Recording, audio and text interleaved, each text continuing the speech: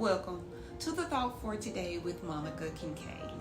Often we tend to forget, we feel discouraged and we get overwhelmed, y'all, so many times by the cares of life, losing sight of who God is. We experience what I like to call spiritual amnesia when we neglect to acknowledge, God's character, His past victories in our lives, and the promises He has made in His Word. Therefore, let us find reassurance on today and remember to trust your history with God.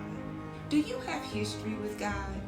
By this, has God helped you when you were facing difficult situations? Did He rescue you from those challenging circumstances? Has God consistently fulfilled His promises to you?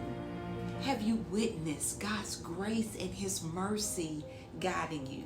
Well, if you responded yes to any of these questions, then you have history with God. When we acknowledge that we have history with God, we are basically saying that we trust Him.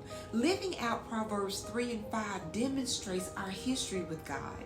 It says to trust in the Lord with all your heart. Do not don't lean on your own understanding. So, do you trust Him enough to get out of the boat like Peter did in Matthew 14 and 29? Do you trust Him even though you may be fearful like Gideon was in Judges chapter 6 verses 12 and 15?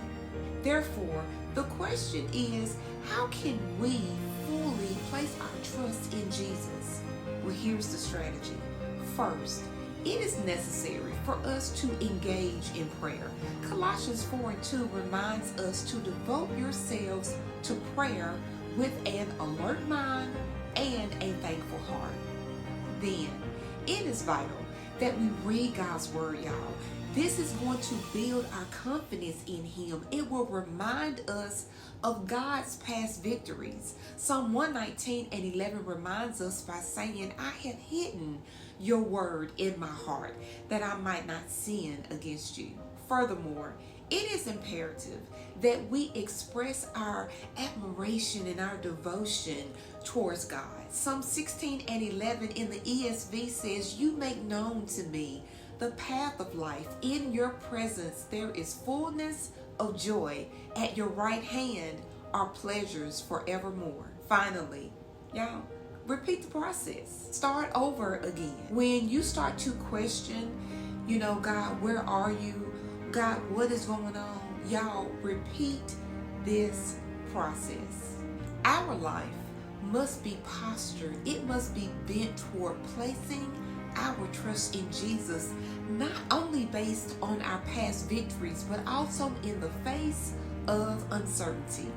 I hope and pray that you were encouraged on today, that God is faithful, y'all, and He is trustworthy.